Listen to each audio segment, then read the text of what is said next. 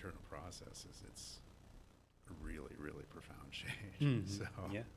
it'll be interesting to see if I hear from him or anybody else about that. Well, I've thought about that. Yeah. What would that be like? Welcome to On the JoB with your host, Linn Parish, editor of the Journal of Business. On the JoB is about the Inland Northwest business community, where you'll hear firsthand the backstories from the men and women reporters at the Journal of Business.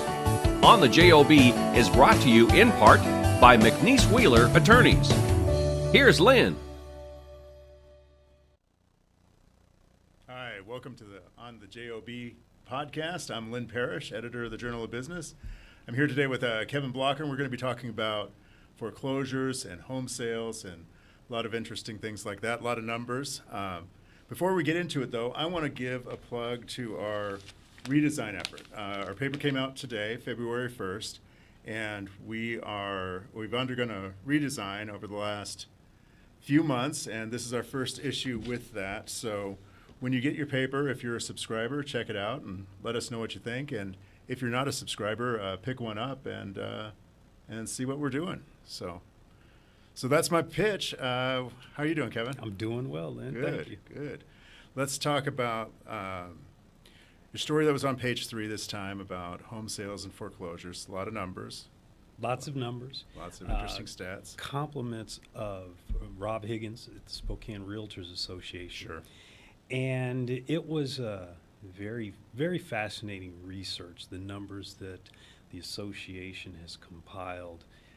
We can all remember, the time, well, those of us who are around, we can remember that time before the Great Recession. Things were going well. Mm-hmm.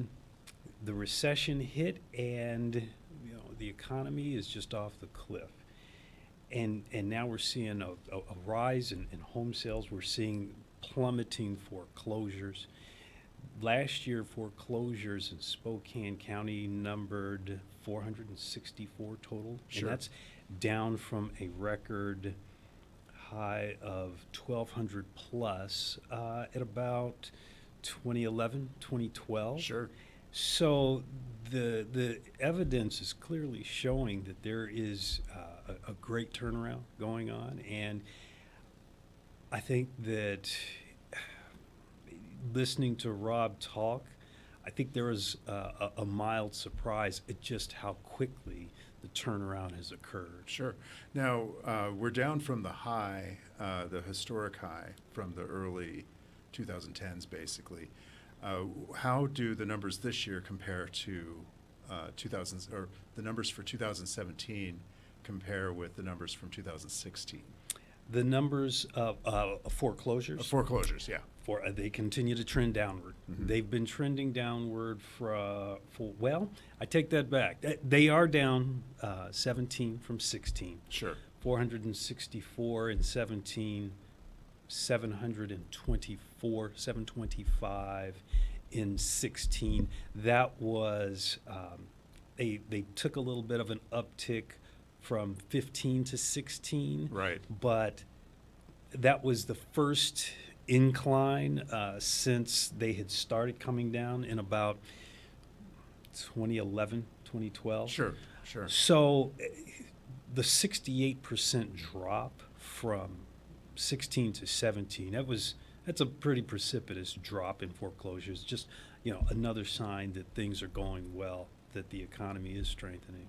Right, and I remember the increase from 2015 to 2016 being a little bit of a head scratcher for us, because even at that time, the housing market was strong in terms of sales.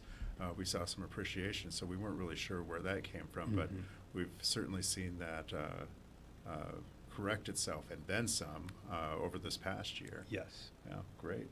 Now, what would you say is the primary factor in that decline in foreclosures? I spoke with Grant Forsythe at Avista, and at the top of, there were 4 things that he identified. Number one, you can say a strengthening economy, that's obvious, but what is fueling the strengthening economy? return in jobs, and an increase in salaries for residents. Sure. So that added income back into the household is a huge driver. So you pay your bills. Guess what? These foreclosures are going to, they're going to drop. They're going to become less frequent. Sure, sure. And of the economic indicators we look at, foreclosures is always one that always felt intensely personal to me. We're talking about people losing their homes, Right. And any equity that they might have had in those homes at some point. So it's really good to see those numbers declining. We touched on home sales a little bit, so let's just talk about what has happened in home sales over the past year. Certainly. Again, a strengthening economy is fueling the purchase of homes. Sure. In large part, again, going back to employment. Mhm. People are back to work. Unemployment is low. Wages are higher. The two those two markers correlate very well with each other. Sure. Very strong indicator. Rob Higgins projects, the Realtors Association is projecting, that home sales in 2018 are going to be at an all-time high for Spokane County. Sure. All-time high, that was, again, pre-Great Recession in 2005. I can't remember the exact number, but that was when Spokane County hit an all-time high. We go back to the recession in 2011. Home sales in Spokane County were just a little bit above 4,000, which, according to Rob, that was a 30-year low. Mm-hmm. So you think that in the span of 7 years, am I doing the math right there? Yeah. Yeah, in a span of 7 years, in 2005, Spokane County hit an all-time high.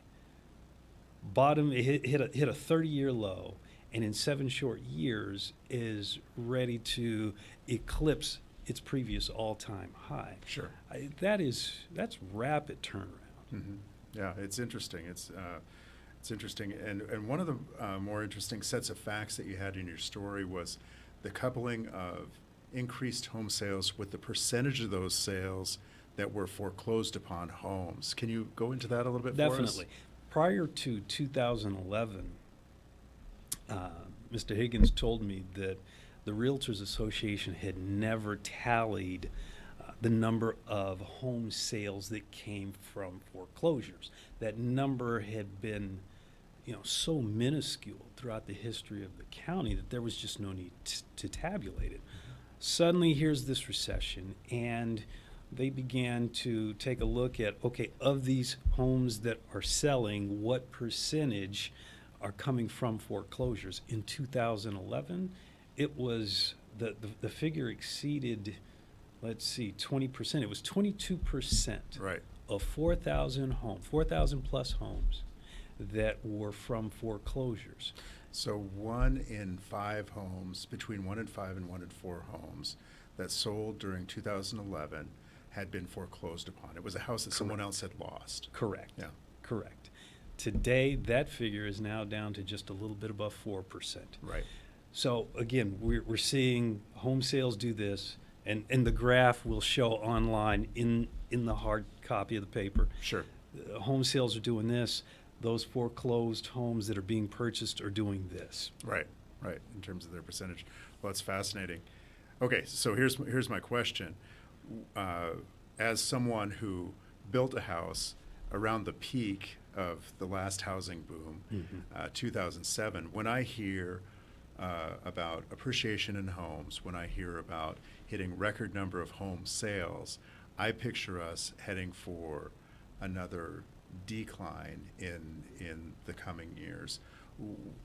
What are you seeing, or what are your sources saying about the possibility of another housing bubble in the Spokane market? I asked that very question, and that is our reference point. Sure. That is what we knew. Well, if it's going up, then it's going to come down. Grant Forsythe made an excellent point. The banking regulations and restrictions that are in place as a result of the bubble that occurred are still there. Mm-hmm. What we aren't seeing here is, let's just say it, irresponsible lending. Sure. That's just not taking place here. My sense is across the country that it's not taking place in very many locations. Mm-hmm. Rob Higgins made the point that developers here are still leery, still a little bit gun shy. There's no spec building taking place in Spokane. You aren't seeing tract housing being laid down from one end of the county to the other. Not like the volume we saw in the 2004, 2005, Exactly. 2006 era. Exactly. Sure. We are in a place where the market is tight in that regard. Mm-hmm. So there isn't an overbuild that's taking place. Grant indicated it was his perspective that I would say, growth 18, possible leveling off in 19, but barring anything foreseen, that's on the landscape right now, there isn't an anticipation that we're going to come crashing back down to earth the way that we did in 2005, 2006. It sounds like the growth is a little bit more sustainable than maybe it was in the late 2000s. Sustainable, and I think a better word is responsible. Mm-hmm. In speaking with an individual for a separate story, Sure.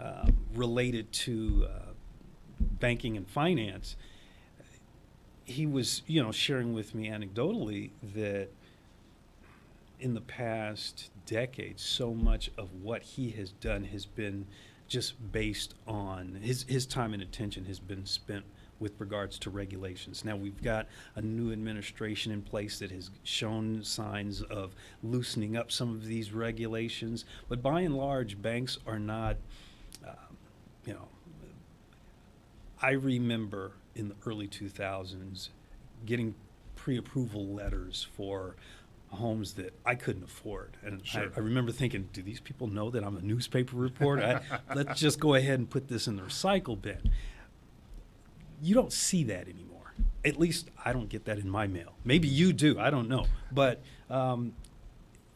we're just in a different time, and that's still very pervasive. Yeah, great.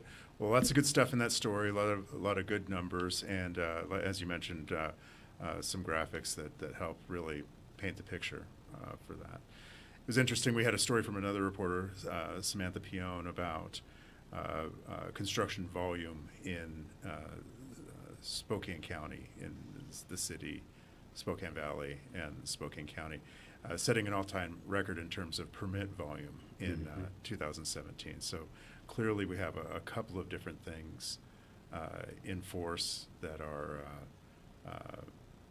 bode well for our community and our economy. Yeah, bode well. Like I said, I think we talk about the word sustainability. Has been kicked around a lot. I think that what we're really seeing is responsible growth. It is not, it's not out of hand. It's not over. It's not unwieldy.